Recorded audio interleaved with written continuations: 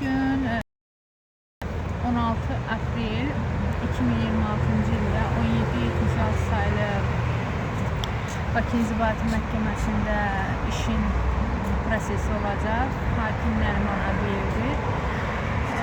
Yəni fərdi məşğulluq proqramı haqqında ümumi ölkə üzrə vətəndaşların ümumi daxili məhsulun enməsi və qalxması ilə tənzimlənən işsizlik, diqqətli olaq, ümumi daxili məhsulun enməsi və qalxması ilə tənzimlənən işsizlik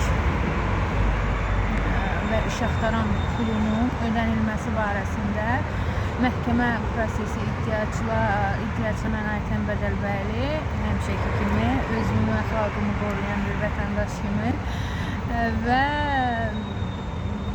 digəri isə əsas cavabdeh Əmək və Əhalinin Sosial Müdafiəsi Nazirliyi, Dövlət Məşğulluq Agentliyi, çünki onunla tənzimlənir. Bu sistem avtomatik sistemdir, elektron göndərilir, elektron iş axtaran nömrəsi verilir hər bir vətəndaşa və onunla tənzimlənir. Amma icra hakimləri təyin edilir əhalinin rifahının yüksəldilməsi və yaxşıdılması üçün. Mən təəssüf edirəm ki, bu dəfə vəkillər kollegiyasında cavabdeh kimi qeyd etmişdim. Hakim bildirdi ki, digərcəsinə dəyişiklik eləyim, ancaq cavabdeh kimi Əmək və Əhalinin Sosial Müdafiəsi Nazirliyini təyin edim. Əslində o hissədə bir qismən razı deyirəm, ona görə ki, ölkənin əhalisinin rifahının yaxşılaşdırılması, işsizlik pulunun və iş axtaran pulunun nə olduğunu, ümumi daxili və məhsulun enməsi və qalxması ilə işsizlik pulunun nə olduğunu hələ bunlar bilmirlər. Yəni bu səbəbdən onlar da cavabdeh kimi qeyd etmişdim, amma dəyişdik iddia ərizəsinə əlavə verərək maraqlı və üçüncü şəxs kimi təyin etdik.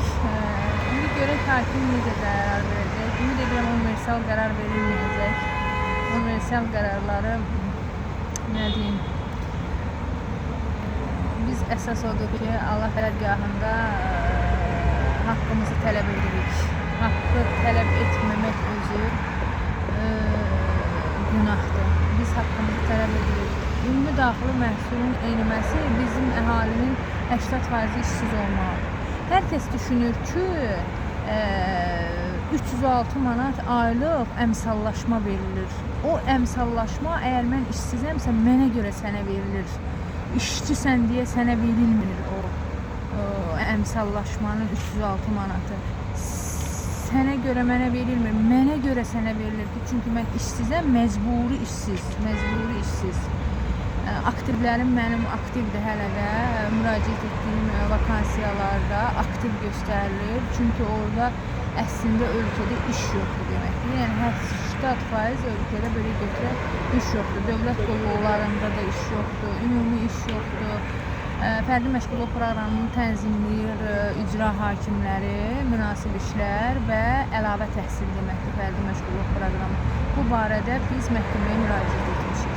Məhkəmə görək nə qərar verəcək, amma universal qərarları özünə hörmət edən universal qərar verməz.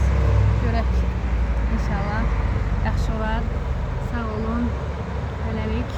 İnşallah pensiyalar haqqında da danışım, çıxışım olacaq, biraz vaxtımla əlaqədar.